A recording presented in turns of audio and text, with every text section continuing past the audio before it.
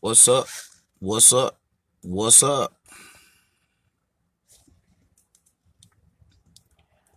Peace to the family. Let's make sure we on the Bluetooth. 1 second. Okay, we back. But yeah, man, I wanted to come and chat with you for a second. Wanted to come chat with you for a minute. Hey, Miss Beverly, how you doing, sis? I wanted to come and explain to the brother that asked me not to burn the book up why I'm not listening to him. Good to see you, Miss Beverly. Good to see you in here. But yeah, I wanted to talk to the brother and explain for a few minutes why his request to not burn the book is not good enough. Your request is not good enough. Okay. The reason I'm gonna burn the book up is because number one, that book is not supposed to be in our hands. That book was made for Annie. Okay. Annie is a dead Egyptian. Thousands of years ago. Been dead. But just like, grave robbers of all times, Mr. Wasserman and Mr. Faulkner, they stole what was that man's funerary papyrus and they've repropagated it. Faulkner isn't the one that popped open the grave or nothing, the coffin. But the people who did went and popped open Annie's coffin like a sardine can. Miss Beverly said, I was wondering what happened to the. Yeah, I'm going to tell you why before I start this. The reason I haven't done the video yet is because I live in California and they are not too lenient on burning trash outside. And although the Book of the Dead is definitely trash, I can't burn it just anywhere in California. So I've been out all morning while I'm doing my business, taking care of my stuff. Been looking for a barbecue grill, a public barbecue grill that I don't have to buy. And guess what, Miss Beverly? Can't even find a public barbecue grill, sis. Why? Because California is full of homeless people and they try to keep the homeless people out the parks cooking and barbecuing and whatnot. So we couldn't find a barbecue grill and we can't just burn it anywhere. Got to be safe with it. Got to be responsible. So it's going to take me a while to find a nice, quiet spot to lay this bullshit book to rest at. You feel me? A nice, safe spot.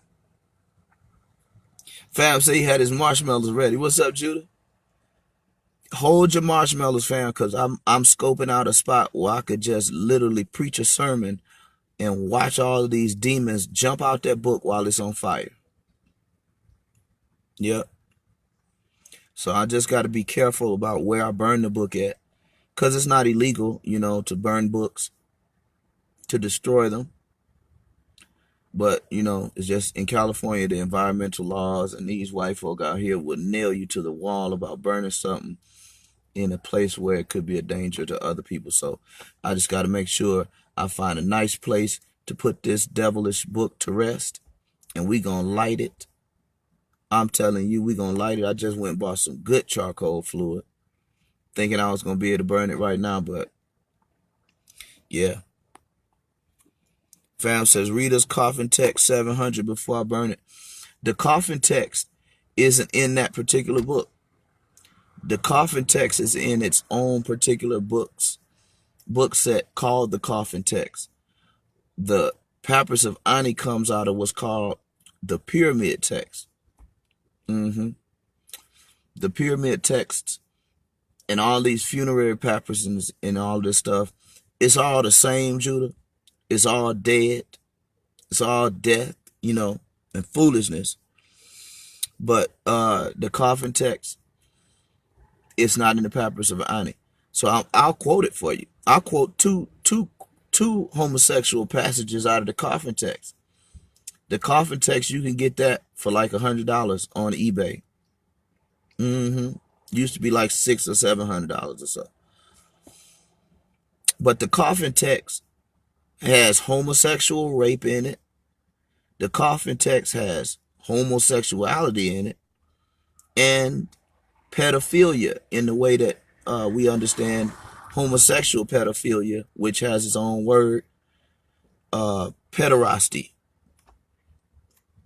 Stop lying, Mike. You lying again. I'll prove it.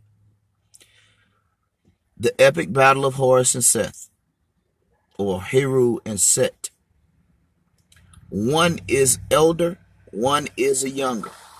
One is an heir to a throne. So mentally, the nutcases that wrote this placed one of these particular deities, Heru and Set, as a young heir to the throne. One of the deities rapes the other one. And in fact, it is recorded in the book that he's not just raping him, he's trying to defile him because of the family trouble. And these guys sit here and go through all this craziness, telling us this stuff is only nature. It's only, nature explained.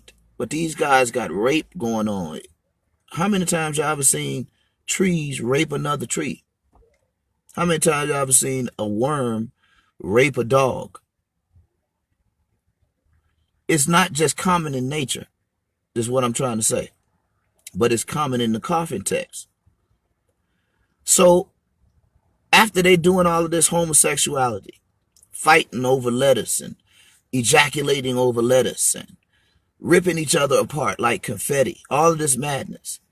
I remember Jabari told us, no, he didn't have his phallics in his mouth, Mike. He didn't have sperm in his mouth. But I said, Jabari, the story says that the guy ejaculated on some lettuce and the lettuce is in his mouth. What's the difference between having a phallus in your mouth or semen with lettuce? This is all insanity, family. But in the coffin text, spell 700 deals with that epic battle. And again, it says, and I quote, I will place my phallus between his buttocks. That's spell 700. That's a portion of it. Then there's another spell in there that says that I will violate his hinder parts. Hinder parts is your booty, family. So that I wanted to just show you what the depravity is and why I hate this stuff so much. We can't be teaching pedophilia and then tell people, oh no, that's high science. Nigga, that's pedophilia. Pederasty, rape, homosexuality. Jabari said they're not androgynous, so when they say they're male, they're male. Shaka said they're androgynous. Him and Jabari don't agree because they're all confused. But the book burning. And why am I burning the book? Because of all of this freakness in it. The brother asked me about the coffin text and the pyramid text and Papyrus Irani and what book sets do it belong to. And I'm saying it's all the same. Coffin text, pyramid text, the papyruses, it's all the same. All right? So my daughter's about to get in here now. You done? Yes. Okay. So, Brother Allen, what's happening, fam? Yeah, I'm going to burn the Papyrus of Annie up, man. I got lighter fluid and everything. Straight up. Uh-oh. You're taking to me one shot. Okay. Yeah, got lighter fluid and everything, Brother Allen. When you're polite debating, man.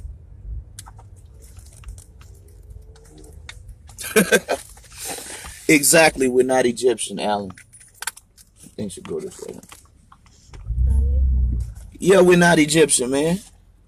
The Egyptians weren't even Egyptians. Y'all give me a second. We're driving. I'm gonna get off this anyway, but I had to come and just explain to the brother why. Because he asked me, why am I gonna burn the book, Alan? Thursday? Cool. That's what Sonetta told me. I just wanted to make sure. But the brother said, why you gonna burn the book? I just explained all of the homosexuality and the pedophilia and all the other nut ass shit in there. Sexual deviance of all kind. But the biggest reason is because that shit is not supposed to be for us. Those things were made for people that died thousands of years ago. Not public documents. Not documents to an entire community of people. But private funerary papyruses.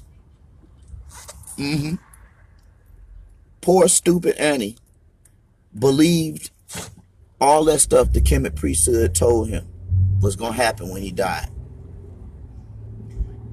He sunk his whole life into purchasing what the priesthood would do for him in the way of creating that book.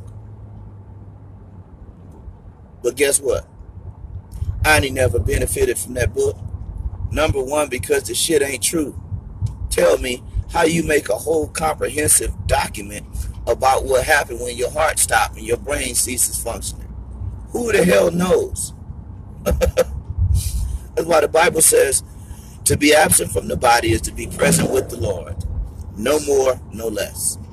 Stop making up shit. But in the book, it was Annie's guide through the afterlife. I'll give you an example. We speak here. We use language in our mouth in this dimension. But when you die and you're torn away from your body and your car are separated from your body, your spirit and soul. In the Egyptian culture, with the funerary papyruses and whatnot, they taught people that certain aspects of your physicality and your consciousness would be restored to you in the afterlife. So one example would be you'd go through a particular set of things in the papyrus of Ani to get the ability to speak back, to get your mouth. Stupid shit, Alan. Number one, who in the hell is speaking Spanish or Dutch or Mandarin or English in the afterlife? I don't know. What kind of nut would write that book and then sell it to poor stupid Ani? Poor stupid Ani believed all of that. That you're going to get your mouth and the ability to think and all those things you would be controlling based upon the adherence to that book, fam. But that was Annie's business to believe that stupid shit. And that was the priesthood of Kemet's business to sell Annie that stupid shit and take advantage of it. But family, please tell me, why are there people in 2019 reading that shit? What's up, Brother Mike? What's up, Michael Canty? Mike, what's up? Please tell me why there are people in 2019 reading that cartoon therapy shit and believing it after they understood that even Annie was wrong for believing that. But poor Ani, that lie belonged to him. We have no right to go in his grave and pop it open like a sardine can and steal his funerary papyrus. That was for him. But the reason I want to get rid of it is because I shouldn't have it. Y'all shouldn't have it. You shouldn't have a coffin text. Shouldn't be looking at autofellatio. Shouldn't be looking at pederasty and pedophilia and homosexual rape in a book. The book of Romans, chapter 1, verse 22 to the very end of it, talks about perverting the image of God, turning the incorruptible image of God into the corruptible image of beasts and birds and creeping things. Now, you know, in Kemet, That was what they did. They take a man's body and